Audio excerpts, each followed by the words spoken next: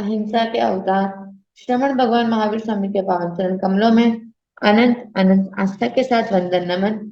ध्यान योगी आचार्य सम्राट पूज्य श्री डॉक्टर श्री मुनि जी महाराज साहब, आगम ज्ञाता आगम पुरुष उपाध्याय प्रवर पूज्य श्री जितेंद्र मुनि जी महाराज साहब, ऑनलाइन एजुकेशन के प्रणेता संघ सेतु उपाध्याय प्रवर पूज्य श्री रविंद्र मुनि जी महाराज साहब के पावन चरण कमलों में अनंत अनंत आस्था के साथ वंदन नमन एवं जूम मीटिंग में उपस्थित सभी गुरु भगवंतों के चरणों में वंदन नमन। आज की आगम वाचना में उपाध्याय प्रवर की प्रत्यक्ष वंदना का लाभ ले रहे हैं संथारा साधिका महासाध्वी श्री करुणा जी महाराज की सुशिष्या साध्वी गुणिशा व साध्वी माधुरी जी महाराज आदि थाना। देखो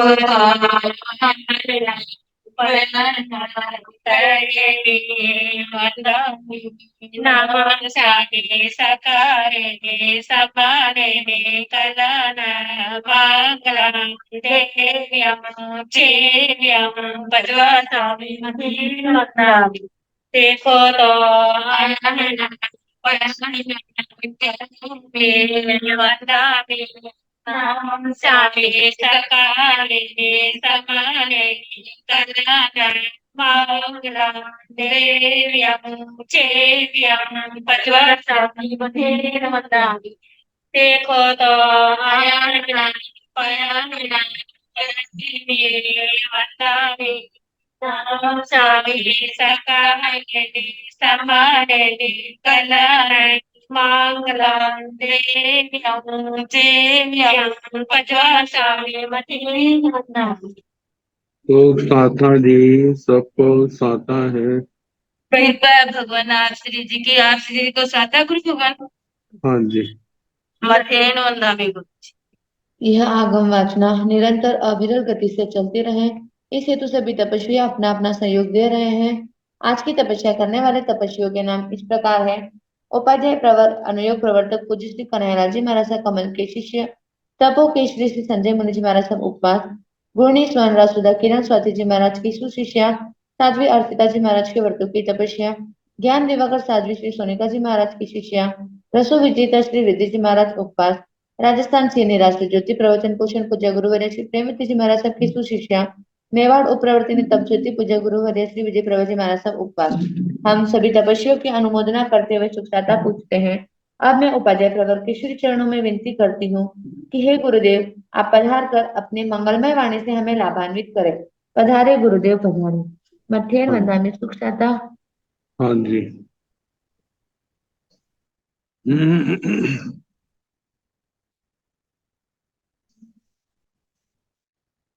नमो अरिहंताण नमो सिद्धाण नमो आर्याण नमो ओवध्यायाण नमो लोये सब साहुण एसो पंच नमोकारो सब पावपनाशनो मंगलानंत संवत्सरे परमं हवै मंगलम।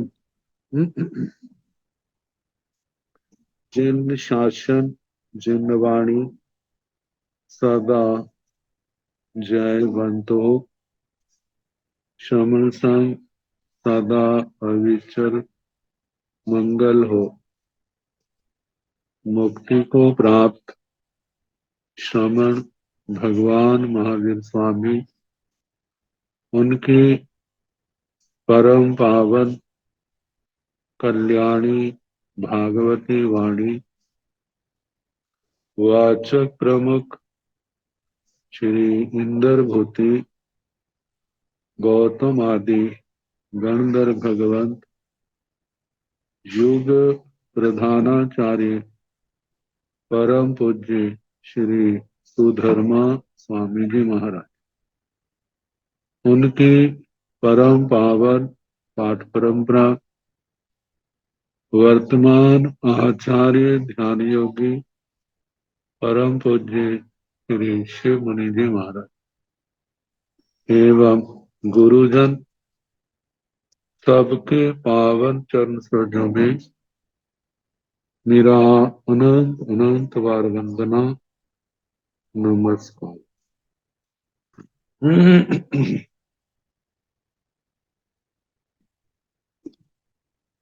आगम परिषद में विराजमान वरिष्ठ मुनिराज, अन्य मुनिवृंद, परम आदरणीय भगवती स्वरूपा महासाध्य, कल जीवाभिगम सूत्र का समापन हुआ। अब प्रज्ञापना सूत्र प्रारंभ किया जाता है। प्रज्ञापना सूत्र उपांगों में इसका चौथा नंबर है। तो कल बताया था प्रज्ञापना, प्रज्ञापयति इति प्रज्ञापनम विस्तृत प्रज्ञापना शब्द प्रकर्ष से प्र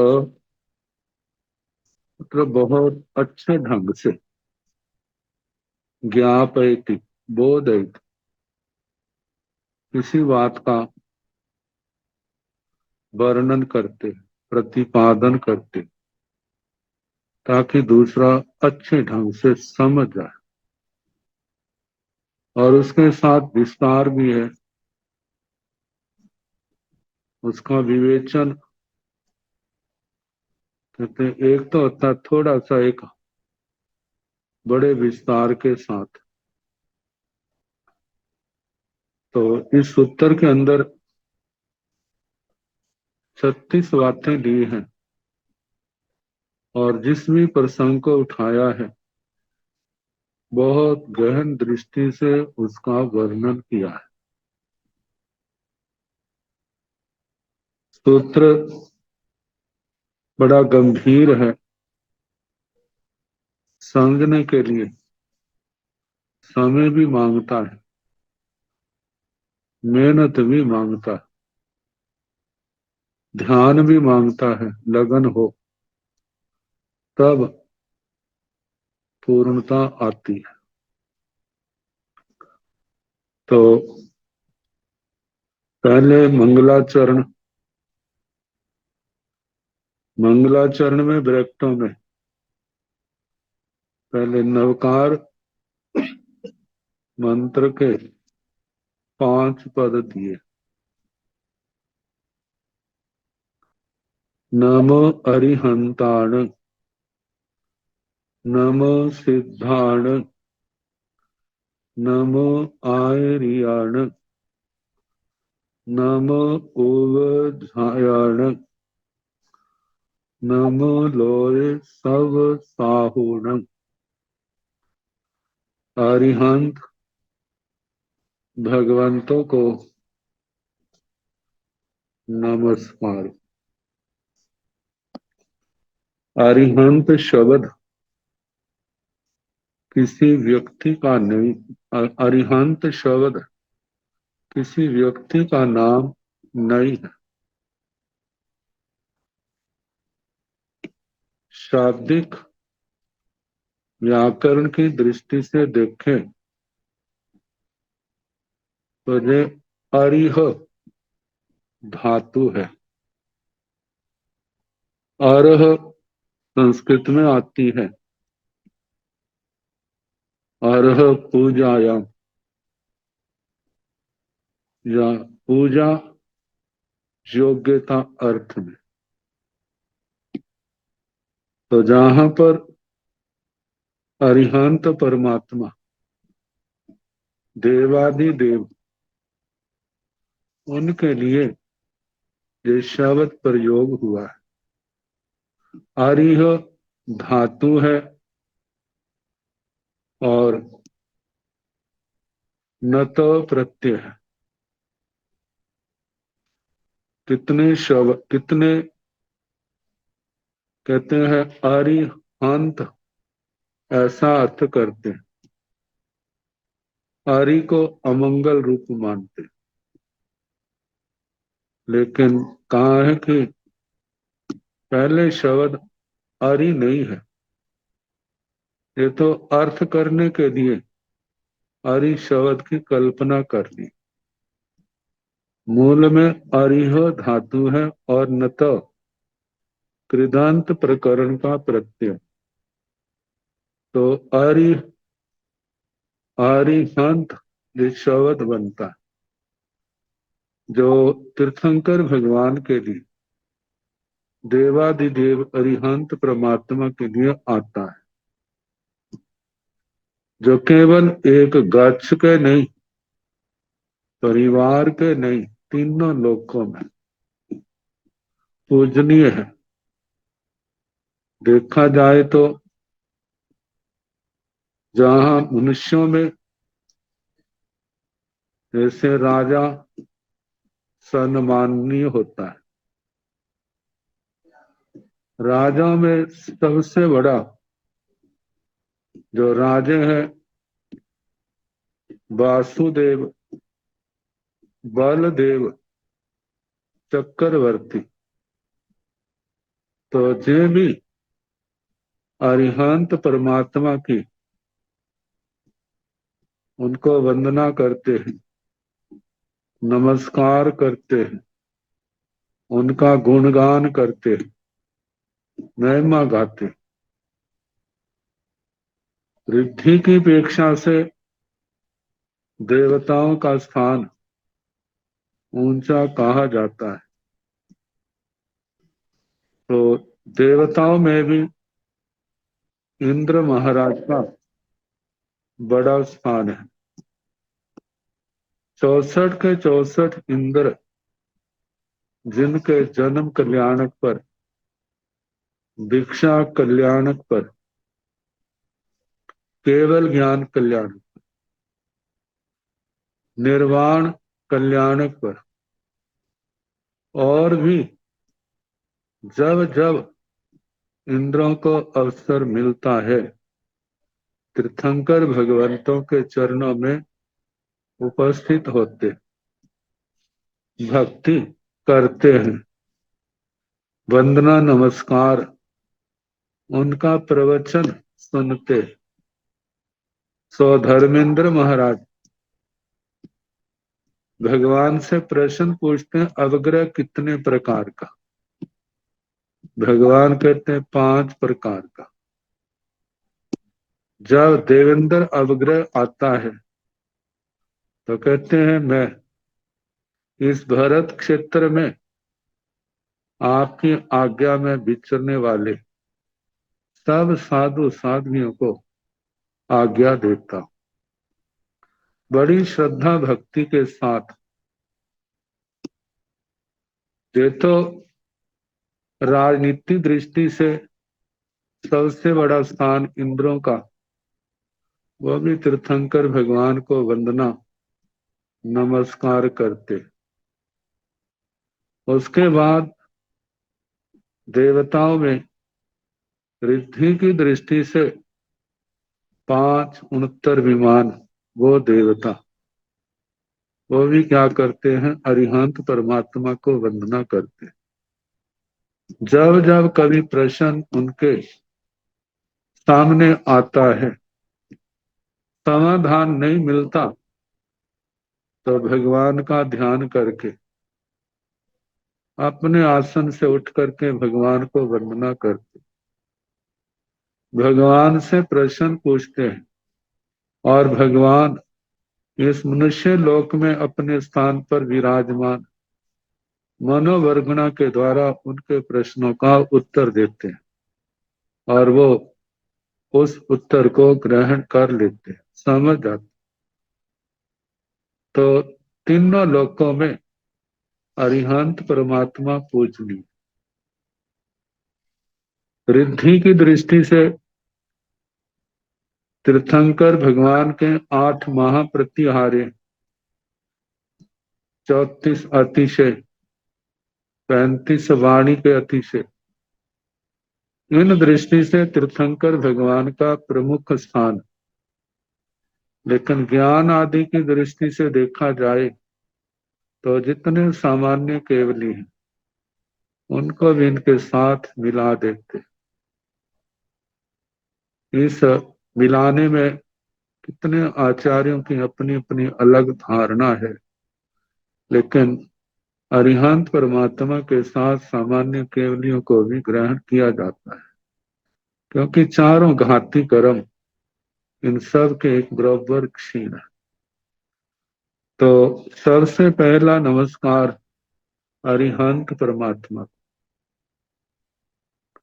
दूसरा नमस्कार नमो सिद्धार्थ, सिद्ध भगवंतों को, जिन्होंने आठों ही कर्मों को क्षय कर दिया, साधी अपरिवसित अवस्था को प्राप्त कर लिया, जिस पर्याय को जिन्होंने अब कभी छोड़ना नहीं, जन्म मरण से, संसार के क्लेशों से सदा सदा के लिए मुक्त हो चुके हैं, ऐसे सिद्ध भगवान, उनको हमारा नमस्कार। नमो आर्याण आचार्य भगवंत, आचार्य भगवंत देखा जाए संघ में उनका ऐसा स्थान है, आचार की दृष्टि से भी ऊंचे हैं, अध्यापन की दृष्टि से, प्रशासन की दृष्टि से, अपनी अपनी योग्यता से सारे संघ को संभाले हुए तीर्थंकर भगवान के पश्चात संघ को संभालने वाले आचार्य भगवत, संघ शास्ता, ऐसी दिव्य विभूतियों को हमारा नमस्कार, जिनके लिए कहा जाता है 36 गुणों के धारक हैं, और वो 36 गुण अरिहंतों महदेवों वाले, वे तो सामान्य जो साधक हैं उनके अंदर भी पाए जाते हैं, लेकिन प्रशासन की दृष्टि से, योग्यता की दृष्टि से जिनका सर्व प्रमुख साधकों में स्थान है, ऐसे आचार्य भगवान, उनको नमस्कार। नमो उपाध्यायान, उपाध्याय भगवंतों को नमस्कार। साधु जीवन व्यतीत कर रहे हैं, सम्यक प्रकार से पालन कर रहे हैं, उसके साथ ज्ञान की साधना उनकी बहुत है, जिनके चरणों में बैठ करके आगमों का स्वाध्याय किया जाता है, ऐसे उपाध्याय भगवंत, उनको हमारा नमस्कार। नमो लोय सब साहू, नमो नमस्कार हो लोय लोक में, सब साहुण, जितने भी साधु मुनिराज हैं, साधियां हैं, जिनके अंदर साधु जीवन शोभायमान, साधु जीवन आदर्श रूप में, जिनमें 27 गुणों की पूर्णता मानी जाती, ऐसे गुणों के धनी, मोक्ष मार्ग के पथिक, कर्मों का संवर निर्जरा की आराधना करने वाले ऐसे साधु साधियां जी, उनको हमारा नमस्कार। ये 5 परमेष्ठी भगवंतों को सबसे पहले ये नमस्कार किया, और इसके आगे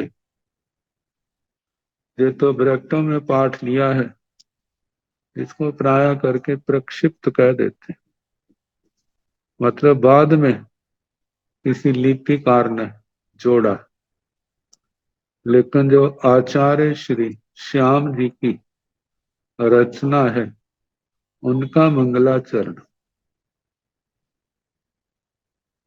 सिद्ध भगवंत और भगवान महावीर स्वामी को वंदना के साथ प्रारंभ होता है।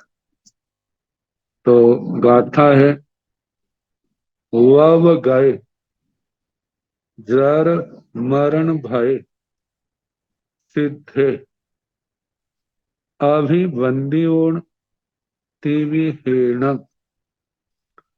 वंदामि जीर्ण वरिंदं ते लोक गुरुं महावीरं। वव गए जार मरण भय सिद्धे अभिवंदियों तिवि है। कहा कि सिद्ध सिद्ध भगवंतों को, जो गाथा के पहले चरण में दूसरा शब्द सिद्ध सिद्ध भगवंत, सिद्ध भगवंत की व्याख्या करते हुए इस सिद्ध, इसको दो भागों में बांट दिया, एक सी और एक ध। कहते हैं सी का मतलब शीतम, बद्धम, धमातम, ज्वलितम, जैन या जय सह तम। सी से मतलब शीय, ये धातु बंधन अर्थ में आती। इसका कृदंत प्रकरण में कत प्रत्यय लगा करके इसका रूप बनाया शीतंग। शीतंग का मतलब बद्धंग, जो आत्मा ने मिथ्यात्व, अविरति, प्रमाद, कषाय और योगों के निमित्त 8 कर्मों का बंधन किया है, उन बंधे हुए कर्मों को धमातम धमातम जला दिया। बंधे हुए कर्मों को तप की अग्नि के द्वारा, शुक्ल ध्यान के द्वारा जिन्होंने जलाकर राख बना दिया और सबको अपनी आत्मा से अलग कर दिया, ऐसे जो आत्माएं, उनको सिद्ध कहा जाता। तो सिद्ध शब्द है ये द्वितीय विभक्ति का बहुवचन है। सिद्धों को, सिद्धों को अभिवंदियों, अभिवंद्य, सब ओर से अपना ध्यान हटा करके सिद्ध भगवंतों के चरणों में मन वचन काया को एकाग्र करके उनको वंदना करके, कैसे त्रिविहेण, त्रिविधेन, मन से, वचन से और काया से। मन वचन काया से सिद्ध भगवंतों को अभिवंदन करके, नमस्कार करके। अब सिद्ध भगवंतों का विशेषण दिया है, जो गाथा का पहला शब्द है। वव गए जार मरण भय। वव गए, इसका संस्कृत या हिंदी में इसकी छाया बनती है व्यापगत। व्यापगत, इसमें 2 उपसर्गे हैं, बी और अप। गाम धातु है, कत प्रत्यय, कत का त रहता है, रह जाता है, गाम की म का लोप कर देते हैं, गत बन जाता है। गत शब्द का अर्थ होता है जाना। जैसे प्राकृत में गत का बन जाता गए, गत का प्राकृत में गए, और हमारी देसी भाषा में गया, वह चला गया है, वह गया हुआ है। गए का मतलब गमन अर्थ में, जाने अर्थ में। आपगत, आपगत दूर हो गया, अलग हो गया। आगे भी उपसर्ग है। एक होता है ज्ञात तो है, लेकिन ध्यान उसके पीछे लगा हुआ है, जहां से गया है, लेकिन उसको भी हटाने के लिए भी उपसर्ग लगाया। कहते हैं विशेष करके आप पीछे उसका कोई लेना देना नहीं, कोई उसका हिसाब किताब नहीं है, कोई कर्मों का लेन देन, जैसे संसारी व्यवहार में पैसे का लेन देन, लेकिन अध्यात्म में कर्मों का कोई लेखा जोखा संसार के किसी जीव के साथ अब नहीं है। तो बताया है कि व्यापकगत दूर हो गया। क्या दूर हो गया है? दो शब्द बताए, जर मरण, जरा और मरण। जरा और मरण, एक तो है जिनके जरा और मरण दूर हो गए, लेकिन जहां पर इसके साथ एक और शब्द दिया भय। संसार में जीवों को सबसे ज्यादा भय किसका है? वृद्धावस्था का और मरण, मृत्यु का। तो कहा कि जिनको अब जरा और मरण का भय जिनका दूर हो गया, जब जरा और मरण आते हैं तो वो उत्तराधीन सूत्र के 19वें अध्ययन की गाथा, जन्मं दुखं जरा दुखं रोगाय मरणानीय, ये सारे आ जाते, जिसको कहते हैं उपलक्षण।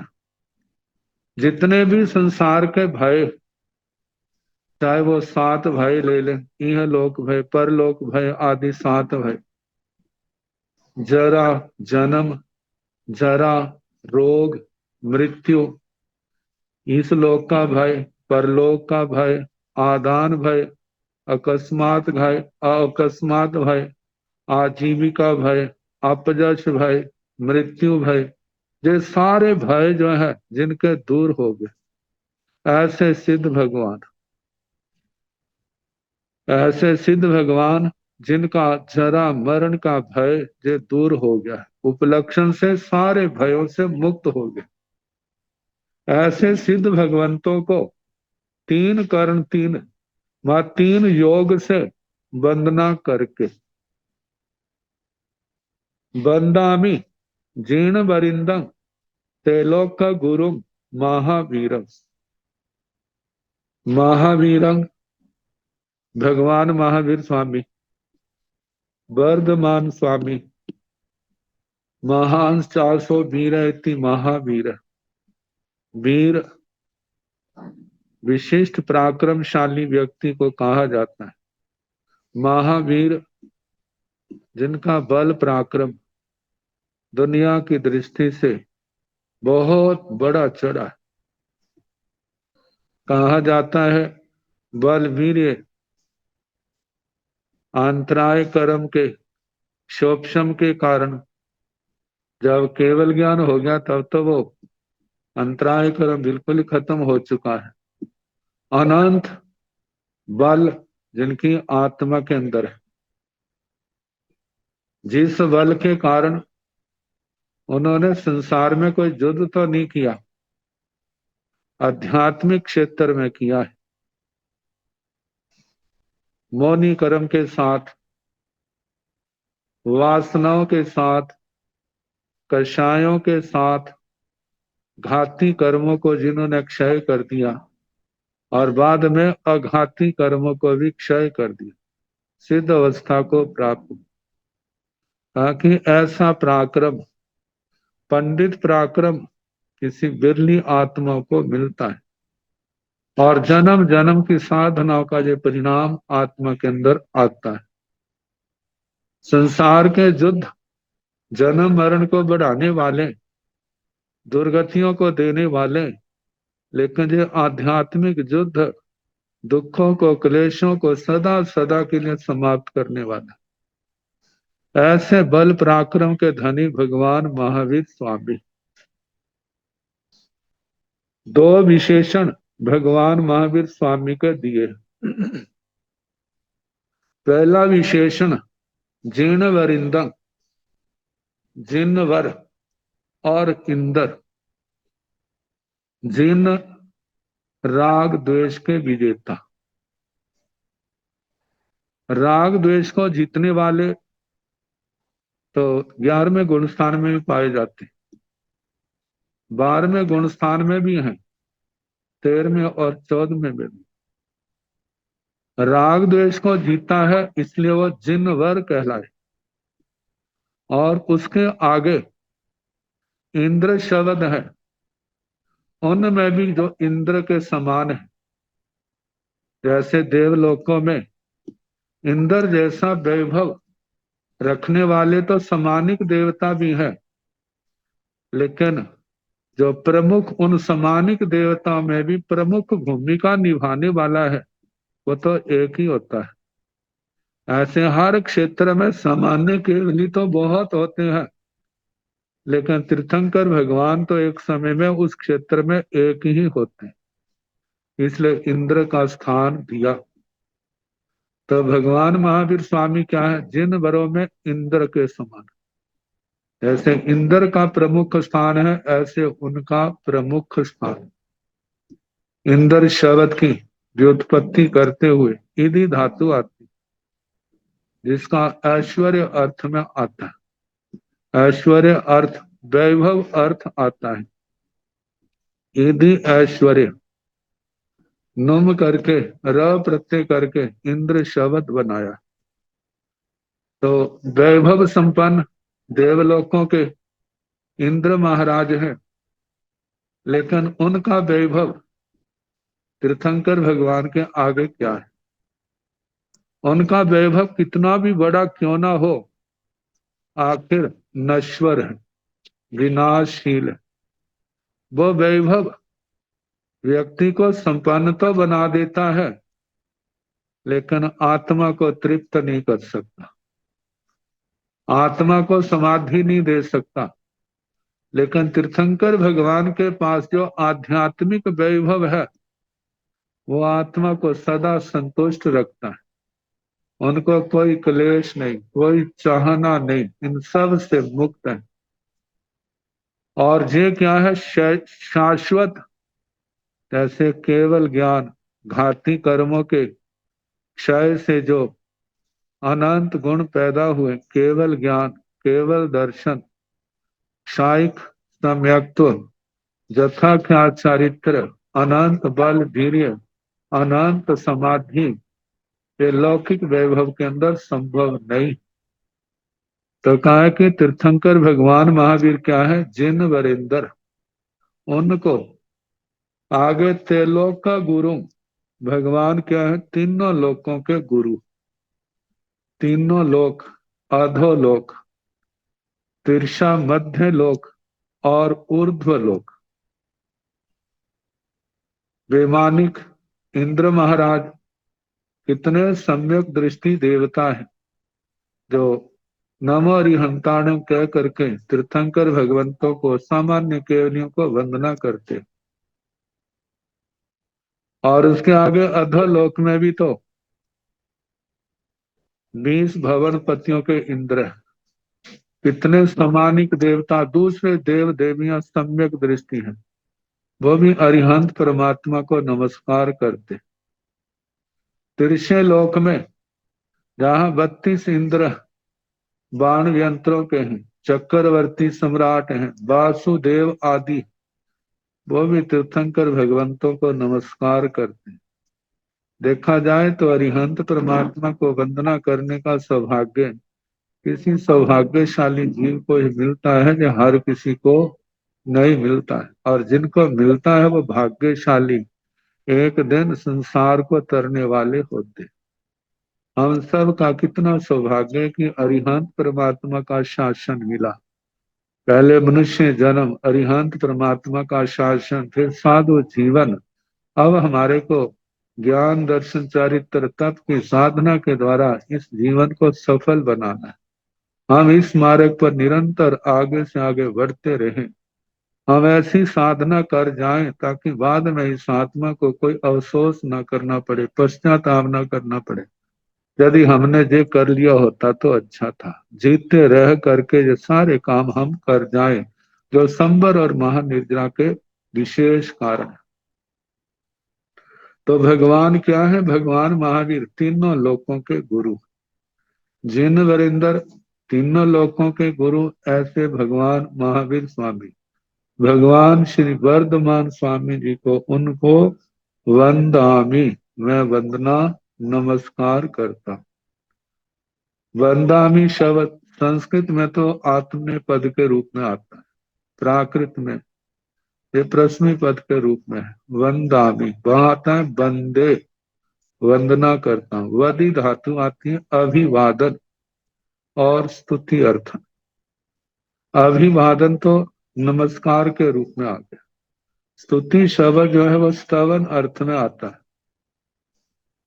स्तवन में नाम भी लिया जाता है, नमस्कार भी किया जाता है, गुणगान भी किया जाता है और अपनी भावना भी प्रकट की जाती है। जैसे लोगस के पाठ, जहां पर नाम है वहां पर वंदना भी है, गुणगान भी है और गुणगान के साथ अपनी भावना भी रखी।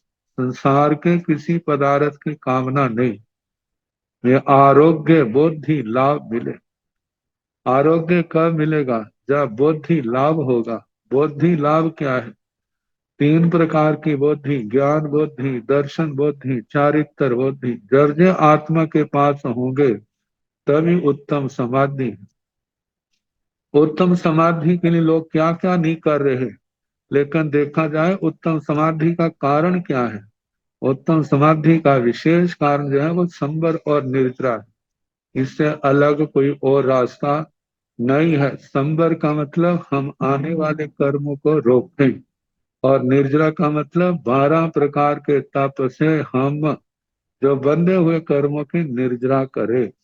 जैसे हमारा कर्मों का बोझ हल्का होता जाएगा। समाधि कोई ऐसी चीज नहीं है बाहर से उठा के लानी। समाधि तो आत्मा का अपना गुण है। जैसे सरोवर के अंदर हवा ना चल रही हो, जल जंतु ना हो, कोई भी जीव ना हो, तो पानी को ये नहीं कहना पड़ता कि शांत हो जाए, पानी अपने आप क्या हो जाता है? शांत हो जाता है। ऐसे ही जब आत्मा के अंदर कर्मों के विक्षेप सब उखड़ जाएंगे संबर निर्जरा के द्वारा, तो समाधि को बुलाने की जरूरत नहीं है। समाधि तो आत्मा का अपना सहज गुण है। तो बताया है कि ऐसे जिन वरिंदर तीनों लोकों के गुरु भगवान महावीर स्वामी को मैं अभिवादन करता हूँ। मन वचन काया को उनके प्रति समर्पित करता हूँ, झुकता हूँ। पंचांग नमन, अष्टांग नमन। फिर उसके बाद स्तुति। मेरा अहो भाग्य आज भगवान के दर्शन हुए। अहो भाग्य आज मेरे कानों में भगवान का नाम पड़ा। भगवान का, मेरी जवान का सौभाग्य, मैंने अपनी जवान से भगवान का नाम लिया, शरीर से वंदना नमस्कार किया, उनका गुणगान किया, उनका स्तवन किया। इतना सौभाग्य है इस उस आत्मा का जिनको जे दुर्लभ अवसरों का लाभ मिलता है। तो इस प्रकार आचार्य श्री श्याम जी ने सिद्ध भगवंतों को और भगवान महावीर स्वामी को वंदना करके इस ग्रंथ का मंगलाचरण किया। क्योंकि कहा जाता है तीर्थंकर भगवान तो स्वयं मंगलिक होते हैं। अरिहंत परमात्मा, उनके शासन में चलने वाले जब आचार्य हैं, साधु साध्वियां हैं, उपाध्याय साधु साध्वियां हैं, वो भी मंगल रूप है। क्योंकि 4 मंगलों में आता है ना, साहु मंगलम, तो तारी लोग उत्तम, साधु भी लोक उत्तम आता है। चार की शरण ग्रहण करो तो साधु में आचार्य उपाध्याय साधु साध्वियां आ जाते हैं। लेकिन कहा जाता है कोई भी मंगल अच्छा कार्य करना है, जो कार्य हमारा निर्विघ्न संपूर्ण हो जाए, तो ऐसी महापुरुषों की आचार्यों की परंपरा है। शुरू में भी क्या करे, मंगलाचरण करे, बीच में भी मंगलाचरण करे और अंत में भी मंगलाचरण करे। प्रारंभ का मंगलाचरण जो है वो कार्य की निर्विघ्नता को बताता है, कार्य निर्विघ्न। बीच वाला मंगल जो है उस ग्रंथ की स्थिरता के लिए होता है। अंतिम मंगल जो है, जे ग्रंथ चिरकाल तक संसारी जीवों का उपकार करता रहे, उसके पीछे जे भाव होते हैं। तो इसके अंदर तीनों स्थानों पर मंगल है। तो पहला मंगल तो जी कहा है, सिद्ध भगवंतों को नमस्कार, और उसके साथ भगवान महावीर स्वामी को, और उसके साथ इस सूत्र का मतलब जिन वाणी जो आ जाती है। मध्य मंगल में उपयोग का वर्णन किया है, वासाकार उपयोग, अनाकार उपयोग, 5 ज्ञान, 3 अज्ञान, 4 दर्शन इनका, और अंत में किया है तू ही सोहंग पत्ता सिद्ध भगवान सुख अनंत सुख को प्राप्त 36वें पद के आखिर में आता है। तो तीनों प्रकार का मंगलाचरण आचार्य भगवान पूज्य श्री श्याम जी ने किया है। तो अब इसके आगे तूय रयण निहाणं जीर्ण वरेण भाविय जन निबोई करेण ओवदंसिया भय वया पन्नवना सभावाण। ये श्रुत ज्ञान प्रज्ञापना सूत्र जो है, ये श्रुत ज्ञान का एक अंश है जो हमारे सामने आगे बताया जाएगा। आज हमारे सामने वो 14 पूरब नहीं है, 12वां अंग नहीं है, लेकिन उसका निचोड़, उसका सार वो हमारे सामने, जिसकी कृपा आचार्य श्री श्याम जी की हुई। चाहे पूर्वों का ज्ञान कितना बड़ा था, लेकिन उसके कुछ अंश तो शास्त्रों के अंदर, कोई व्याख्याओं में, कोई शास्त्रों के रूप में हमारे को मिल जाते। जब ने कहा कि ये प्रज्ञापना सूत्र पूर्वों का सार है, तो इसका मतलब एक एक शब्द, एक एक प्रकरण जो है वो पूर्वों में से निकाला गया है। तो ये पूर्वों का ही एक रूप है, संक्षेप रूप में। तो बताया है सूय रयण निहाण जीर्ण वरेण भाविय जन निबोई करेण उवदंसिया भगवया पन्नवना सब भावाण। भाविय जीर्ण वरेण, जिनवर के द्वारा, जिनवर भगवान महावीर स्वामी के द्वारा। कैसे थे वे? भाविय जान निबोई करण, भाविय जन भव्य जन, भव्य जन संसार में देखा जाए तो सारे संसार में 3 प्रकार के जीव हैं, भव्य, अभव्य और नो भव्य, नो अभव्य। भव्य तो वे संसारी जीव हैं जिनमें मोक्ष जाने की योग्यता है। अभव्य वे जीव हैं जिनके अंदर मोक्ष जाने की योग्यता नहीं है। नो भव्य, नो अभव्य वे जीव हैं जो सिद्ध गति को प्राप्त हो गए। तो बताया है जे जिन वाणी भव्यों को अच्छी लगती है, अभव्यों को अच्छी नहीं लगती। संसारी कारण से इसका अध्ययन कर ले वो बात अलग है, लेकिन निर्जरा की दृष्टि से श्रद्धा भक्ति से इस आगम वाणी को पढ़ना ये किसी भाग्यशाली जीव के भाग्य में होता है। और देखा जाए तो सभी भव्यों को विजय आनंद नहीं देती। जो भव्य भव्य है तो भव्य, लेकिन दीर्घ संसारी मौनी कर्म के आवरण बड़े प्रगाढ़ हैं और उनका उदय है अनंतानुबंधी कषाय, जहाँ मिथ्यात्व का प्रगाढ़ उदय।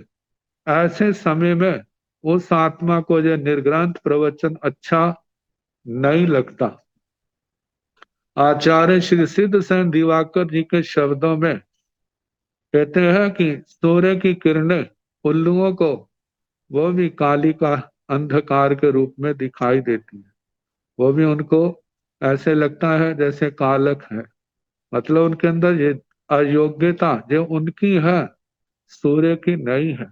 इसी प्रकार जिन वाणी किसी को अच्छी नहीं लगती है, जो उसके पाप का उदय है, जिसका पाप का उदय नहीं निर्मल आत्मा है, उसको तो ये वरदान रूप में दिखाई देती है।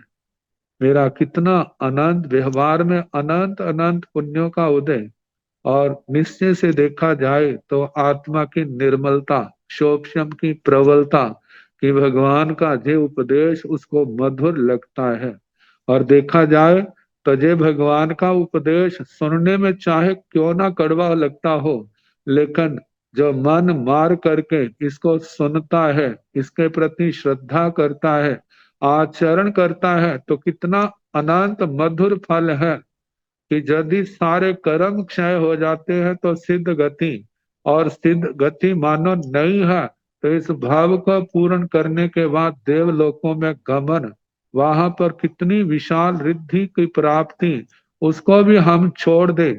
आचार्य श्री उमा स्वाति जी ने प्रशामरति प्रकरण के अंदर फरमाया है, कहते हैं सिद्ध गति बहुत दूर की बात है, देवलोकों के सुख हमारे सामने नहीं है, लेकिन जिन वचनों की आराधना करने से जो प्रशम्म भाव इस आत्मा के अंदर पैदा होता है वो तो हमारे साक्षात दिखाई देता है। जे भगवान के वचन उस अनंत प्रशम भाव के कारण है, क्योंकि जितना कर्मों का क्षोभम बढ़ता जाएगा, कर्मों जे आग बुझती जाएगी, उतनी समाधि भाव इस आत्मा के अंदर पैदा होता जाएगा। तो बताया है भव्य भव्य जन निबुई करेण, भव्य जनों को निर्वृत्ति करने वाला। एक तो है भव्य जनों का निर्वाण करने वाला, एक है निर्वृत्ति शांति देने वाला। आत्मा को, भव्य लोगों को शांति आनंद करने वाला, आनंद देने वाला, आत्मा के अंदर आनंद पैदा करने वाला कौन है? कौन है वो? जिन वरेण, जिनवर भगवान, भगवया भगवान, भगवान के द्वारा भव्य जनों को अनंत शांति समाधित करने वाले, देने वाले भगवान जिनवर के द्वारा सूय रयण निहाण श्रुत रतन निधान। निधान शब्द नपुंसक लिंग में आया है। कहते हैं जे आगम जो प्रज्ञापना सूत्र है, जा जिन वाणी निर्ग्रंथ प्रवचन क्या है? सूय रयण निहाण श्रुत रत्नों का निधान है। श्रुत जो आगम वाणी के बोल हैं वे क्या है? रतन रूप है। जैसे रत्नों से व्यक्ति संसार में समृद्ध कहलाता है, ऐसे आगमों को जिसने शब्द सही, शब्द पाठ, अर्थ पाठ, ये सारा जिसने अपने धारण किया हुआ है, तो उसकी भी तीनों लोकों में कितनी अच्छी शोभा होती है। बहुश्रुत मुनिराज, जिनके लिए कहा जाता है उत्तराधीन सूत्र के 11वें अध्ययन में 16 महान उपमाओं से उनको उपमित किया है। तो किसके कारण से? इन श्रुत रत्नों के निधान से। और कहा जाता है द्वादशांगी वाणी, द्वादशांगी वाणी के लिए एक शब्द आता है गणि पिटक। गणि का मतलब आचार्य और पिटक का मतलब पेटी, आचार्यों की पेटी, जिसके अंदर क्या है? जो श्रुत रत्नों के, श्रुत रत्न है उनसे भरी हुई है। और कहा जाता है जहां जो रत्न समृद्धि का प्रतीक है, वहां रत्नों से कितने ऐसे रत्न हैं जिनसे प्रकाश निकलता है। और जो शास्त्र ज्ञान के बोल जो है, दीपक से, उस दीपक से कम नहीं। जैसे दीपक अंधेरे में प्रकाश करता है और उस अंधेरे में सब दिखने लग जाता है, ऐसे श्रुत रत्नों के माध्यम से तीनों लोकों में कहाँ क्या है इस सब का बोध होता है। आत्मा इस संसार में क्यों भ्रमण करती है और संसार परिभ्रमण से मुक्त होने का मार्ग कौन सा है, ये सारे रत्न कहाँ पर है, इस आगम वाणी के अंदर, निर्ग्रंथ प्रवचन के अंदर बताए हैं। कहते हैं संयम और तप एक ऐसी चीजें हैं, ऐसी वस्तुएं हैं जिनकी आराधना की जाए तो ये आत्मा संसार में इंद्र तो क्या, जिनेंद्र भगवान के स्थान को भी पाने का अधिकारी बन जाता है। और एक दिन समस्त कर्मों के क्षय होने से आत्मा सिद्ध गति को प्राप्त हो जाता है। तो बताया है कि जय श्रुत रत्नों का निधान, सब भावान पन्नवना, सारे भावों की प्रज्ञापन, सारे भाव। और देखा जाए सारे भाव एक तो संक्षिप्त रूप है, एक अत्यंत द्वादशांगी वाणी का विशाल रूप है, और एक मध्यम रूप है। अब सारे भावों को हम कह दे तो देखा जाए तो 25 बोल का 20वां बोल जो है उसमें सब कुछ आ जाता है। छठ द्रव्य, 6 द्रव्यों से अतिरिक्त और कौन सी चीज है, कोई बता सकता है? कोई भी ऐसी चीज नहीं। जो कुछ है वो सारे 6 द्रव्यों के अंदर आ गया है। धर्मास्तिकाय, अधर्मास्तिकाय, आकाशास्तिकाय, काल, जीवास्तिकाय, उद्गलास्तिकाय, केवल एक बोल के अंदर। और देखा जाए तो 21वां बोल राशि 2, जीव राशि, अजीव राशि, ये भाव पदार्थ है। इसके अलावा और क्या है? कुछ भी नहीं है। आगे देखा जाए तो 14वां बोल 9 तत्व, जीव तत्व, अजीव तत्व, पुण्य तत्व, पाप तत्व, आश्रय तत्व, संबर तत्व, निर्जना तत्व, बंध तत्व, मोक्ष तत्व, ये सारे भाव पदार्थ हैं जिनके लिए आया सब सब भाव पयथा सद्भाव पदार्थ, जो सारे के सारे जिनके अंदर संग्रह हो गया है। तो बताया है। और विशाल की दृष्टि, विशालता की दृष्टि से देखा जाए तो द्वादशांगी वाणी, द्वादशांगी वाणी 14 पूर्वों का अध्ययन, जिसको करने के बाद आत्मा के लिए कहा जाता वो अजीर्णा जीर्ण संकासा, जिन नहीं लेकिन जिन सरीके। एक प्रश्न केवली भगवान से पूछा जाता है, वो ही प्रश्न श्रुत केवली से पूछा जाता है, तो उनके उत्तर में कोई अंतर नहीं होगा। क्यों नहीं होगा? क्योंकि ये श्रुत जो निर्ग्रंथ प्रवचन है, ये भी तो केवली भगवंतों का ही तो उपदेश है। वो साक्षात सुना है और ये परंपरा से सुना है, उनके उत्तर में कोई अंतर नहीं होगा श्रुत केवली और अरिहंत परमात्मा के। तो बताया है कि इस प्रकार ये सारे भावों की जो प्रज्ञापना है, सारे भावों की देखा जाए तो अत्यंत संक्षेप नहीं है, जहां पर विस्तार है, इतना विस्तार है। और यदि शास्त्र के पाठों के हिसाब से देखा जाए तो 256 पेज, 296 पेज इतने इसके बनते हैं केवल मूल पाठ के। तो बताया कि सारे भावों की प्रज्ञापना भगवया, भगवान के द्वारा, वो जो 2 शब्द और के जिन वर भव्य जनों को शांति आनंद देने वाले, ऐसे भगवान के द्वारा सब भावान पन्नवना, सारे भावों की प्रज्ञापना उपदर्शिया, उपदर्शिता जहां पर दिखाई गई है, जहां पर बताई गई है, तो ये श्रुत रत्नों का निधान है। फिर आगे जो भगवान के द्वारा कहा गया है, कहते हैं एक सदमस्त व्यक्ति अपनी ओर से कहता है और एक भगवान कहते हैं, तो दोनों में प्रमाणिकता किसकी है? जहां कोई संदेह नहीं है, वो भगवान के द्वारा कहे गए वचन है, वे हैं। तो कहा जाता है कि आचार्य उमा स्वामी जैसे आचार्य श्री सुधर्मा स्वामी जी फरमाते हैं, स्वयं में आओ संग तेणं भगवया एवं अखायं। हे आयुष्मान, मेरे द्वारा ऐसा सुना गया है, उस भगवान ने ऐसा कहा है। मैं ऐसा कहता हूँ, ऐसा नहीं, भगवान के द्वारा ऐसा कहा गया है। तो ऐसे अपने गुरुओं के गुणों को आगे, गुरुओं को, भगवान को आगे रखना। आचार्य श्री श्याम जी कह रहे, जो भी मैं कह रहा हूँ वो सारे भाव किनके द्वारा कहे गए हैं? भगवान के द्वारा कहे गए हैं, मेरे द्वारा तो। मैं तो जो भी कह रहा हूँ, जो अपने गुरुओं से भगवान की वाणी सुनी वो ही आपको सुना रहा हूँ, अपनी ओर से मैं कुछ भी नहीं सुना रहा। तो अब तीसरी गाथा है, अक्षेण मीणं चित्तं स्तूयरेण दित्थिवाय निसंदं जह बन्यम भगवया अहमभि तह बन इस्सामि। अक्षेण मीणं चित्तं स्तूयरेण दित्थिवाय निसंदं निसंदं जह बन्यम भगवया अहमभि तह बन इस्सामि। अध्ययन मीणं, जह अध्ययन, ये प्रज्ञापना अध्ययन जो है, जो 36 पदों के रूप में हमारे सामने आता है।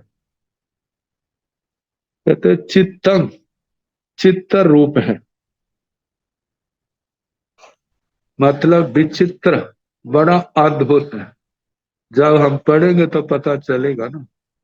अभी तो हम केवल ये शब्द ही देख रहे हैं, चित्र बड़ा अद्भुत है, बड़ा विशाल है, बड़ा गंभीर है। जब देखेंगे एक एक पद में जीव का वर्णन कितना, स्थान का वर्णन कितना, फिर आगे कैसे आयु का वर्णन किया जाता है, कैसे अल्प बहुत्व का वर्णन किया जाता है, कैसे पर्यायों का वर्णन किया जाता है, जीव की पर्याय और जीव की पर्याय, कितना विस्तार, आसानी से वो ऐसा ऐसा वर्णन है, हर किसी को एकदम समझ भी नहीं आता, लेकिन सुनता रहने से, पढ़ते रहने से, अभ्यास करने से सारा आत्मसात हो जाता है।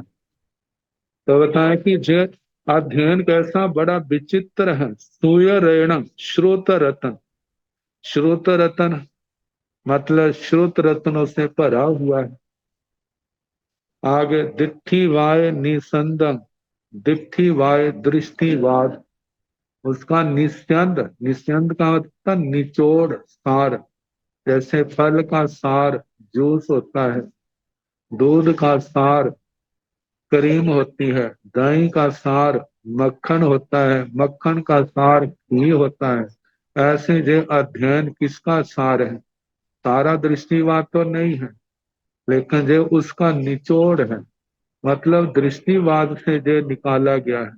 क्योंकि आचार्य श्याम जी का कल बताया था, दो वस्तुएं काम, वो 10 पूर्वों का जो अध्ययन था, वहां तक उनका विशाल अध्ययन था।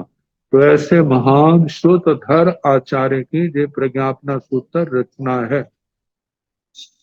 तो कहा जाता है दृष्टिवाद का जो निचोड़ है, जह बन्यम भगवया, ये तत्व ज्ञान जैसा भगवान ने वर्णन किया था, जैसा भगवान ने वर्णन किया था, अहम अभी मैं भी तह वैसा ही बन इस्लामी वर्णन करूंगा। वर्णन करता हूं ऐसा नहीं कहा, करूंगा, मतलब प्रयास करूंगा कि मैं वैसा कर सकूं। लेकिन जैसा तीर्थंकर भगवान ने कहा वैसा थोड़ा कर सकते हैं। लेकिन वो शब्द जो पूर्वों के हैं वो तो गणधर भगवंतों के है ना, उन्हीं में से तो लेना है। जैसे आजकल जिसको जो जो अच्छा लगता है, प्रकरण अच्छा लगता है, कथा की दृष्टि से, आचरण की दृष्टि से अपनी कॉपी अलग बना लेता है। अब जो कॉपी अलग बना लेता है तो वो सारे शास्त्र के ही पाठ है ना, उसने अपने तो नहीं रचे। ऐसे ही दृष्टिवाद से जो उनको अच्छे है, तो सारा दृष्टिवाद अच्छा है। वो जो है लड्डू का एक एक कण जो है उसके अंदर मिठास भरी पड़ी है।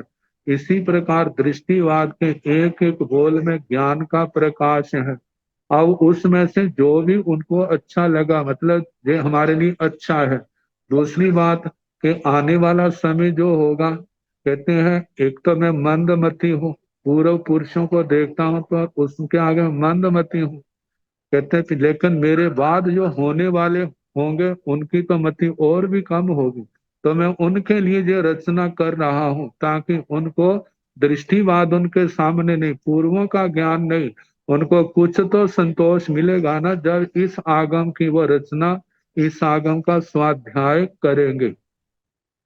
तो बताया है अहम अभी, मैं भी तह वैसे ही वर्ण इस्सामी, इसका वर्णन करूंगा। जैसा पूर्वों के अंदर भगवान की वाणी है उसी के अनुसार करने का जो जो मैंने प्रकरण लिए हैं उनका मैं वर्णन करूंगा।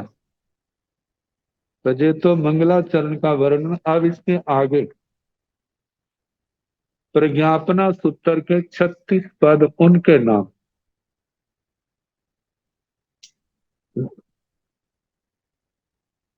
तीन गाथाओं में ये नाम है। पन्नवना ठाण आई बहुवतबं थी विशेषाय बकंती पुरुषासो सन्ना जोड़ीय चरिमाई भाषा शरीर परिणाम कसाय इंद्रिय पौगेय लेसा काय ठिया समथे अंत क्रियाय ओ गाहन संठाने क्रिया कम्य थी यावरे कम्मस बंदाय काम वेदाय वेदस बंदाय बेय बेआय आहारे उव ओगे पाषणिया तन्नी संजमे चेव ओहि पवियारण बीणाय तत्व समुभाय। ये चार गाथाओं में 36 पदों का वर्णन किया है। तो पहली गाथा वैसे क्रम से चौथी गाथा है। पन्नवना, पहले पद का नाम है प्रज्ञापना। प्रज्ञापना तत्व का वर्णन करना। संसार के अंदर दो ही प्रकार के पदार्थ हैं, जड़ और चेतन। जीव प्रज्ञापना और अजीव प्रज्ञापना। जीव प्रज्ञापना अजीव प्रज्ञापना, पहले तो जीव का नाम आया बाद में अजीव का आया, लेकिन वर्णन अजीव का पहले आता है। एक न्याय आता है सूची कटाहा न्याय। लोहार के पास दो काम आए, एक सुई बनानी है, एक बड़ा कड़ाया बनाना है। कड़ाहा कटाहा जिसको कह देते हैं। अब वो सोचता है पहले छोटा काम कर लेते हैं बाद में बड़ा करें, नहीं तो ये रहेगा सुई बनानी है। पहले सुई बनाता है फिर कटाहा, वो बड़ा बर्तन है उसको बनाता है।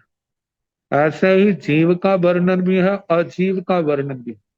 अजीव का वर्णन थोड़ा है इसलिए उसका पहले वर्णन किया, और जीव का वर्णन ज्यादा है उसके बाद जीवों का वर्णन किया। तो प्रज्ञापना में जीव और अजीव का वर्णन किया गया पहले अध्याय। दूसरा ठाणाई स्थान, 24 दंडक है। 24 दंडकों में नरकों के स्थान कौन से हैं? वैसे जहां पर पृथ्वी का है, अप का है, तेजस का है, वायु का है, वनस्पति का है, 2 इंद्रिय, 3 इंद्रिय, 4 इंद्रिय, 5 इंद्रिय, सिद्ध भगवान, इस क्रम से सारा जीवों के स्थानों का वर्णन किया। कौन कहां पर स्थान है, कितना स्थान है। आगे बहु वक्तव्य, बहु वक्तव्य था, अल्प बहुत, जहां पर अनेक दृष्टियों से वर्णन किया है। जीव कौन सी श्रेणी के जीव किस दिशा में किस स्थान पर कम है, उससे ज्यादा, उससे ज्यादा, उससे ज्यादा। और जहां पर 98 बोल के जो 98 बोल का अल्प बहुत्व का थोकड़ा है वो भी इसके अंदर समाया हुआ है आखिर में।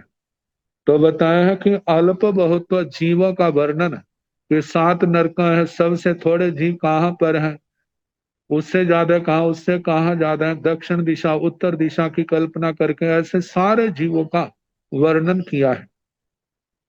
आगे ठीक स्थिति, स्थिति का मतलब किस दंडक में इतनी आयु है, कम से कम ज्यादा से ज्यादा। पहली नरक से लेकर के 26 में देवलोक तक, पहली नरक में, दूसरी नरक में, तीसरी, चौथी, पांचवी, छठी, सातवीं, फिर उसके बाद भवन पतियों के स्थान आते हैं। 10 भवन पतियों के, देवों की कितनी स्थितियां, देवियों की कितनी स्थितियां, कम से कम कितनी है, ज्यादा से ज्यादा कितनी है। फिर 5 स्थावरों का आता है, विकलेंद्रियों का आता है, पंचेंद्रिय, त्रियंचों का, मनुष्यों का, बाण यंत्रों का, ज्योतिषियों का, बेमानी को मैं पहले देवलोक से लेकर के 26वें देवलोक तक की स्थिति का आयु का वर्णन किया। कहाँ कम से कम कितनी है, ज्यादा ज्यादा कितनी है। और विशेषा कहाँ, विशेष पर्यायों का आता है, जीव की पर्याय अजीव की पर्याय। तो इनके संबंध में समय हो चुका है, कल जैसा अवसर होगा। कल तो दिवाली है, दिवाली मनाएंगे, कोई तपस्या करेंगे, तो कल की छुट्टी रहेगी। परसों जैसा अवसर होगा कराने का आगे प्रयास किया जाएगा।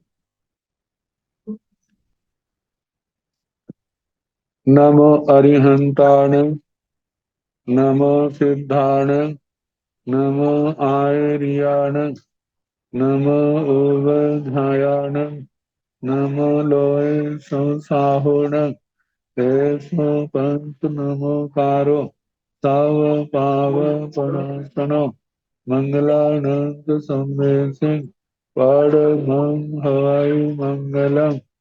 श्री चतारि मंगलम हरिहंता मंगलम सिद्धा मंगलम साहु मंगलम केवली मनसो धम्मो मंगलम।